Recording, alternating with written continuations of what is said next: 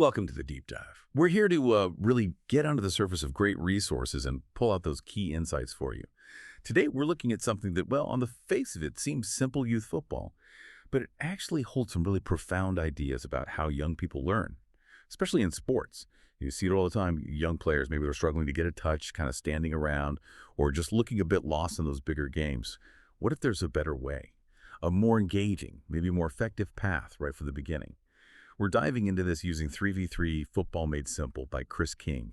It's really fantastic practical guide. It's aimed squarely at grassroots coaches, the parents, the volunteers, helping them run great 3v3 sessions with confidence.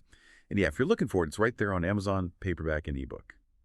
So our mission today, it's not just explaining what 3v3 football is. We want to explore why having fewer players might actually lead to, well, deeper development, and how this lines up with new thinking in grassroots football. We're aiming to pull out the key takeaways for anyone interested in player-centered learning, whether you're actually coaching or just curious about making learning environments better. Okay, so let's unpack this. Why 3v3? Why now? And what's this whole future fit thing from England football about? What's the thinking behind it? Right. Well, the fascinating thing is 3v3 isn't just some random idea they've pulled out of a hat. It's actually a core part of this future fit strategy in UK grassroots football. England football is really rethinking how kids learn the game right from the start. The emphasis is all on more ball contact, more decision-making, and really more meaningful development for every single player. It's about setting up the best possible learning space from day one. Ah, okay. So it's strategic, not just a preference. And you mentioned this future fit. This isn't just theory, right? For people involved in youth sports, especially here in the UK, this is actually happening. Absolutely. It's moving from philosophy to standard practice. So when you say more ball contact, more decision-making, what does that actually feel like for a kid in a 3v3 game compared to, I don't know, a 7v7? Can you paint a picture of that? What's the magic, so to speak? Yeah, the magic is, well, when you shrink the game down to 3v3, you're changing the whole dynamic. Every player has to be involved almost constantly. They're making decisions every few seconds: pass, dribble, shoot, defend. It's like turning a big impersonal lecture into a really small, intense tutorial where everyone's expected to contribute. You just can't hide. Right. And that constant problem solving, that's where the real learning happens. And frankly, where the fun is too. They get so many more chances to try things: dribble, pass, shoot, tackle, all in the same short period. And it's not just mindless repetition, it's practice within a game context, which is crucial. That makes a lot of sense. Fewer players, more action per player. It's interesting how sometimes the simplest structural changes can have such a big impact, isn't it? Definitely. It applies way beyond football too, this idea of optimizing the environment for engagement. So you mentioned it's becoming a standard in the UK. What are the actual practical changes? When is this rolling out? Okay, so the big date is the 2026-27 season. That's when UK grassroots football officially brings in 3v3 as the starting format for under sevens. And it's part of a wider shift. They're delaying the bigger formats by a year. So like 5v5 won't start until under eights, 7v7 from under 10s, and so on. Ah, okay. A staggered approach. Exactly. Yeah. And the aims are really clear. Support that early development, make the game more inclusive so everyone gets a go, give kids more meaningful time with the ball, force more decision-making, and basically just foster better development through these smaller games. Right, so that makes total sense. And this big shift obviously means a lot more coaches are going to need straightforward, ready-to-go 3v3 session plans, which conveniently is exactly what Chris King's book offers. But this sounds like it needs a different approach from the coach, too. What does it mean for the person actually running the session? Are they still the general pacing the sidelines, shouting instructions? No, ideally not. That's a key shift. In 3v3, the coach is much more of a facilitator than a tactician.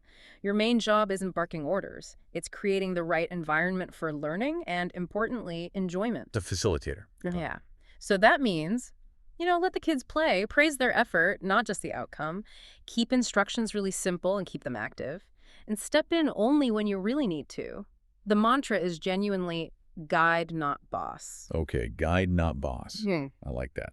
But I imagine for some coaches, especially maybe those used to more traditional methods, shifting from being directive to being a facilitator, that might feel a bit strange or even difficult. It can be, yeah. It requires a mindset shift. What's the biggest hurdle there, do you think? And are there common mistakes coaches make when they try to make that switch? I think the biggest mindset shift is probably letting go of control. or the need for everything to look perfect immediately. As coaches, we often want to jump in and correct every single mistake we see, but in this kind of setup, mistakes are absolutely essential for learning. Let them happen. Right. They learn by trying and failing. Exactly. So a common pitfall is definitely overcoaching. Talking too much, stopping the game constantly, trying to explain complex things. Kids at this age, they learn by doing, by experimenting. The guide, not bosses thing, means trusting the game itself to be the teacher most of the time. You step in maybe with a quick, simple question, what could you do next time? Or where's the space? Just a little nudge, rather than giving them the answer or telling them exactly what to do. A nudge, not the answer. Yeah. That's a really helpful distinction. Okay, this all sounds great in principle. For someone listening who's thinking, right, I want to try this, what does it actually take to set up? Do you need loads of expensive kit? Not at all, and that's honestly one of the best things about it. It's super simple. You basically need about, say, 12 cones just to mark out a pitch, maybe roughly 20 by 30 meters, but you can adjust that to whatever space you've got. Okay, cones. Easy enough. Yeah. Then you need 2 or maybe 4 mini goals, and these can be proper pudge goals, the pop-up ones. Or they can literally just be cones, or even coaching poles stood up. Doesn't need to be fancy. You'll want groups of about 3 to 6 players, ideally. And crucially, 1 ball per player, at least for some of the warm-ups and skill games. The whole aim is short lines, small groups, lots and lots of touches on the ball. Got it. Minimal gear, maximum involvement, and the actual game format.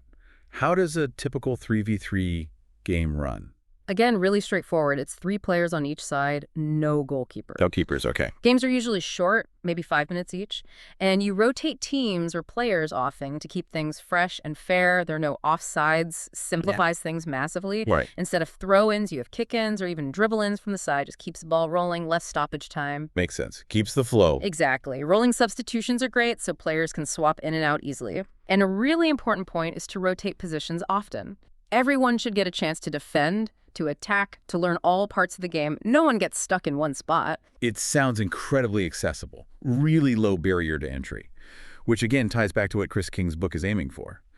Now, speaking of the book, you mentioned it provides a clear structure for sessions. Can you walk us through that? Chris King's 5-part training template? What does that look like? Yeah, it's a really simple but effective structure. It gives coaches, especially maybe new ones, a solid framework for every session. It goes like this. Part 1 is a 3v3 game, but with absolutely no coaching. You literally just put the ball down and let them play. No instructions, no tweaks, just pure free play to start. Gets them moving and engaged right away. Okay, start with play. Nice. Part 2 is the first fun game, and this is skill-focused. So here's where you introduce the main theme for the session. Maybe it's dribbling or passing or shooting. You do it through a fun, simple game, not just static drills, like a dribbling maze or tag with a ball. Got it. Introduce the theme playfully. Part 3 is another 3v3 game, but this time with conditions. You take the skill from Part 2, let's stick with dribbling, and you put it back into a game context, but with a rule designed to encourage that skill. So you might say, you get double points if you score after dribbling past a player, or you have to make 3 passes before you can shoot. It guides them towards using the skill in the game. I see. Reinforcing the skill in a game context. Clever. Part 4 is a second fun game, again, skill-focused. This is basically to reinforce the skill theme, but maybe in a slightly different way, keeping it fresh and engaging. Another fun challenge related to, say, dribbling. Okay. Reinforce again. Keep it fun. And finally, Part 5 is the final 3v3 game, and here the coach coaches lightly. You finish with another game of 3v3, but now the coach might offer those little nudges we talked about. Simple questions, maybe praising specific examples of the session's theme being used well, but still letting them play. This whole structure, you see, it keeps coming back to play, fun, and genuine involvement. That's a brilliant template. Simple, logical, and always centered on the players playing the game. So, just to wrap things up then, this deep dive into 3v3, it's shown it's not just about having fewer kids on the pitch, it's a thought-out learning environment designed for, well, more touches, more space, more thinking, and ultimately, more fun. And the coach's role transforms, doesn't it? From being the boss to being the guide, creating these simple, enjoyable sessions where kids really develop through play, not through pressure. Exactly. It's about empowering them.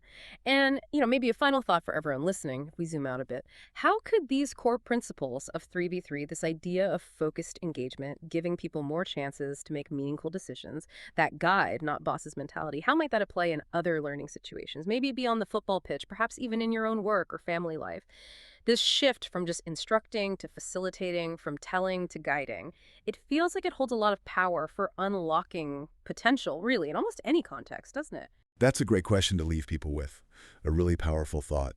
We really hope you found this deep dive into 3v3 football useful, maybe even inspiring. And remember, all the insights, the philosophy, the practical session plans we touched on today, they're laid out clearly in 3v3 Football Made Simple by Chris King. It's available now on Amazon, paperback and ebook, a fantastic resource. Thanks for joining us on the Deep Dives. Until next time, keep digging, keep asking questions, and keep exploring on your own deep dives.